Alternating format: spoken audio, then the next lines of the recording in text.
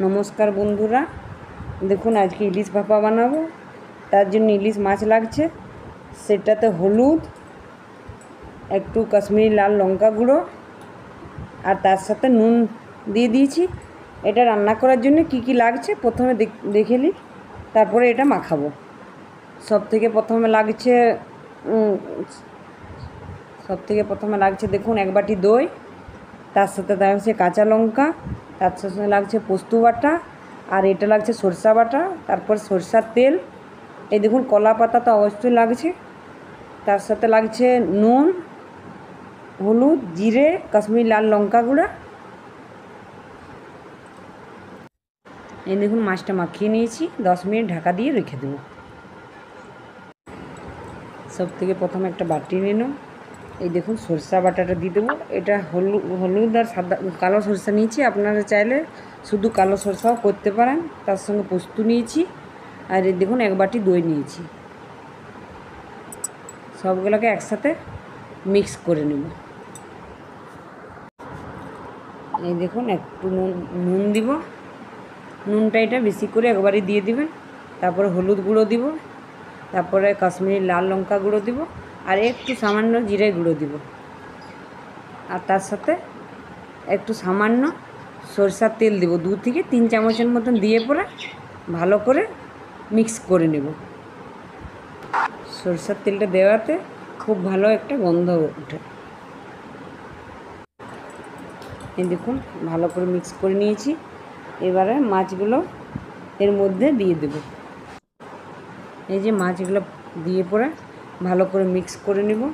এই দেখুন মিক্স করে নিয়েছি। তার সাথে কাঁচা লঙ্কা দেবেন। কাঁচা লঙ্কাটা আমি একটু সরষা আর পোস্তর সঙ্গে বেটেও নিয়েছি। তারপরে ঢাকা দিয়ে 10 মিনিটের মতো রেখে দেব। এই দেখুন মিক্স হয়ে গেছে।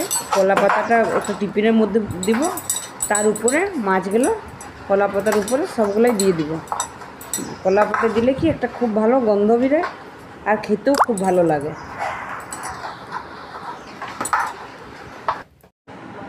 দেখুন দেওয়া হয়ে গেছে।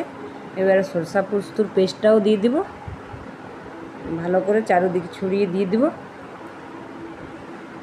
তারপরে একটু সরষার তেল রেখেছিলাম, সেই সরষার তেলটা দেখুন এর মধ্যে ওপর থেকে দিলে একটা খুব ভালো গন্ধ বেরোয়, আর খেতেও খুব ভালো লাগে ওপর থেকে এই সরষার তেলটা দিলে।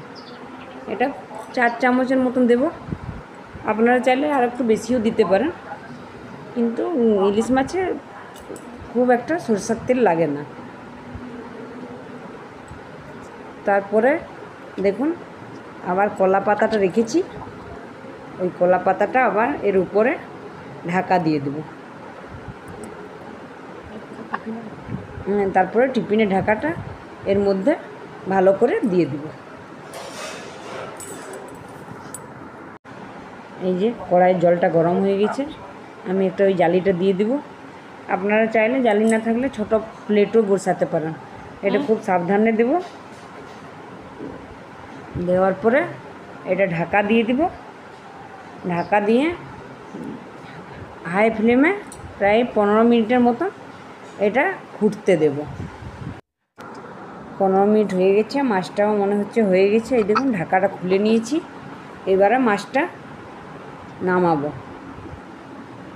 নামিয়ে নিয়েছি মাছটা। দেখুন কলা পাতার রঙটা দেখুন পুরো চেঞ্জ হয়ে গেছে। এই যে খুব সুন্দর একটা গন্ধ বেরোচ্ছে। দেখুন দেখতেও কি সুন্দর লাগছে মাছটা। এই যে এবারে তুলছি, দেখুন কলা পাতার উপরে তুলব। এটা গরম ভাতের সাথে খেতে খুব ভালো লাগে। যদি আমার রান্নাটা আপনাদের ভালো লাগে একটা লাইক সাবস্ক্রাইব করবেন। আমার রান্নাটা দেখার জন্য আপনাদেরকে অনেক অনেক ধন্যবাদ।